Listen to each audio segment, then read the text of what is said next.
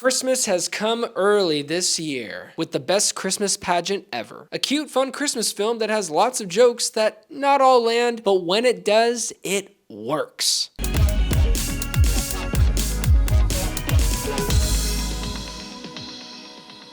Dallas Jenkins directs this film, and it's a passion project. It's been something he's been trying to do for a long time, and finally it is here. Somehow he found time to film this movie in the winter of 2023, Canada of all places, great place, Ryan Reynolds. He filmed this while filming in between seasons for The Chosen. Dallas, you are a legend. Let's talk about what worked for me in this film. The convincing premise and convincing performances, especially from the children. The premise being a Christmas pageant run by a mom who's never done it before. All while doing so, a family named the Herdmans, worst family around, as the townsfolk like to say. They want to get involved, which is the worst case scenario for this entire town called Emmanuel. What unfolds is a story about rejection, judgment, acceptance, and forgiveness, truly representing the phrase, never judge a book by its cover. Now, what could have derailed this movie to being absolutely horrendous? The children performers. A lot of the times when it comes to films like this, and you have it mainly focusing on children,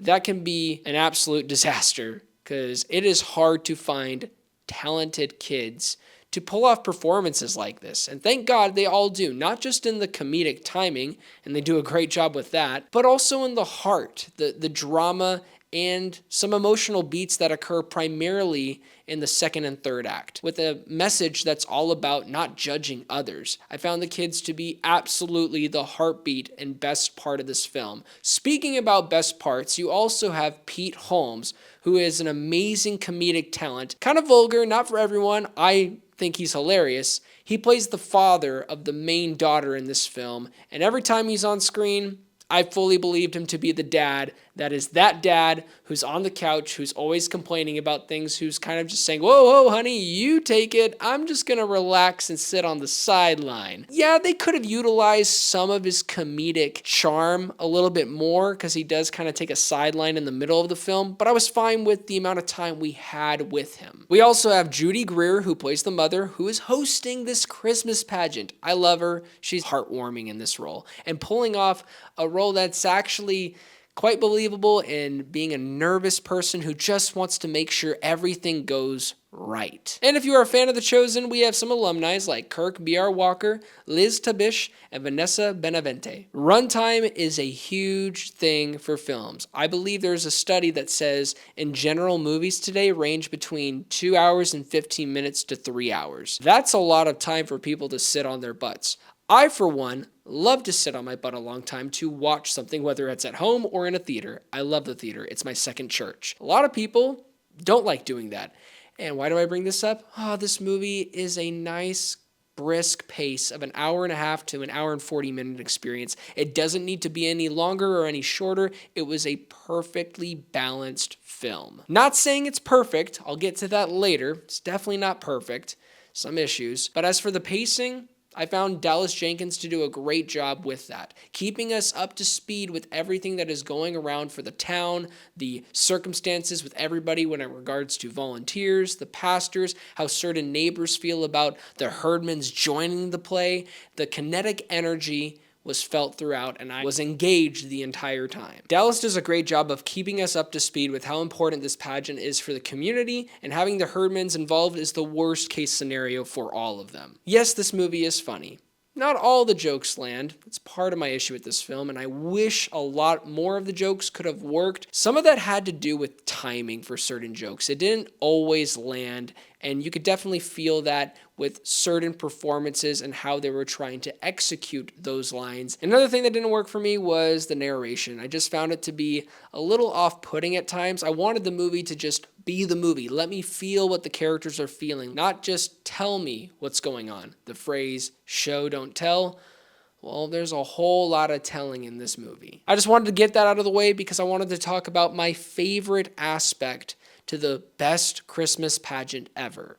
And that's this. This is a film about how we can get so wrapped up with tradition that we forget about why we even do the tradition in the first place. People can lose focus on what's really important. and that's the people. There's something that my wife has always talked to me about, especially back when I was an intern, a youth leader, and now even as an adult. That is people over production.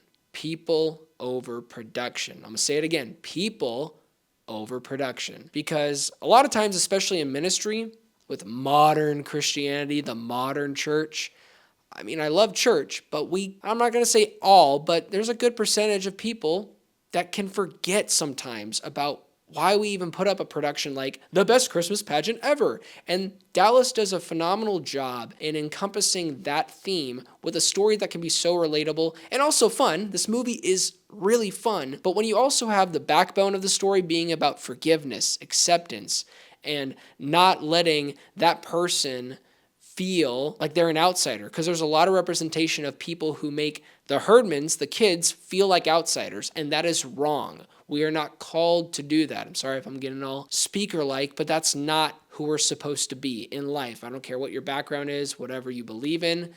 We're called to be kind to one another, to love one another. That's what we're all meant to do. To be there for somebody, to hold the door open for someone, not tell them, yeah, you don't belong here. Because especially at church, the people that you think don't belong actually probably belong in the church. They need to be there. And Dallas just does a great job of encompassing that, and it just felt real. It felt believable. And when you have that wrapped up in a fun Christmas comedy film that somehow manages to balance things like, hey, I get it, it's about tradition, but don't forget why you're even doing it. That's great. So good on you, Dallas, on showing us a story that's fun but also touching, reminding us that everyone needs to feel belonged, even if that's the neighbor you do not like. I give it a solid 7 out of 10. Thank you guys so much for watching this video. It really means a lot. Please do not forget to like and subscribe, but most importantly, do not forget to be blessed.